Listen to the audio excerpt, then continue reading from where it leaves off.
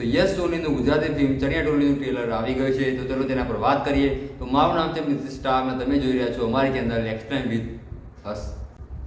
તો આ ફિલ્મનું જાણે અનાઉન્સમેન્ટ થયું ત્યારનું આ ફિલ્મ માટે હું બહુ એક્સાઇટેડ હતું, કારણ કે આઈ એમ એ હ્યુજ ફેન ઓફ યશ સોની.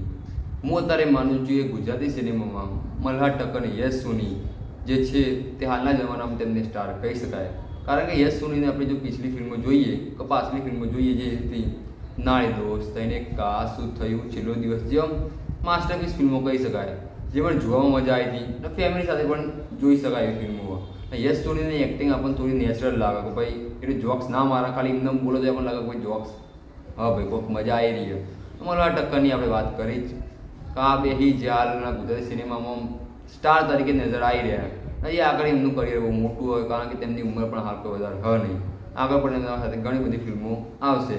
તો આ ફિલ્મના મેકરનો સૌથી મોટો માસ્ટર સ્ટ્રોક કે મૂવીના પ્રમોશન માટે જે જૂનું ગીત હતું તેનું રિમેક કરી ત્યારે નવું ગીત બનાવવામાં આવ્યું, જે હાલ નવરાત્રિમાં આપણને ખૂબ જ સાંભળવા મળે છે. જે ગીતનું નામ છે પોદરામાં પોપટ બોલે.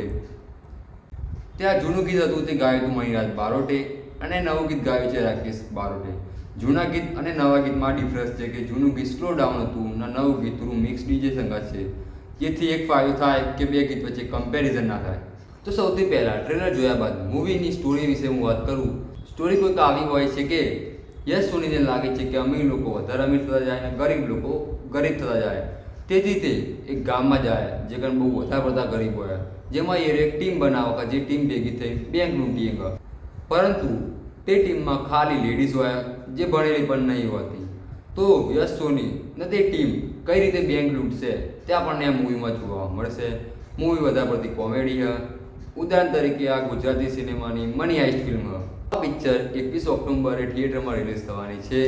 તો હું કહું છું કે તમે થિયેટરમાં જરૂર જોવા જજો, આ ફિલ્મને સપોર્ટ કરજો, જેના કારણે આપણને આવી નવી નવી ફિલ્મો જોવા મળશે. નકર તો એ જ આપણને એક્શનવાળી ફિલ્મો જોતા રહી જવું. ગુજરાતી સિનેમામાં કોઈ આપણને ચેન્જ જોવા નહીં મળે.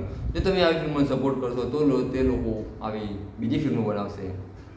તો આજના વિડીયો માટે આટલું જ હતું. अगर वीडियो पसंद आए तो लाइक शेयर सब्सक्राइब कर देना.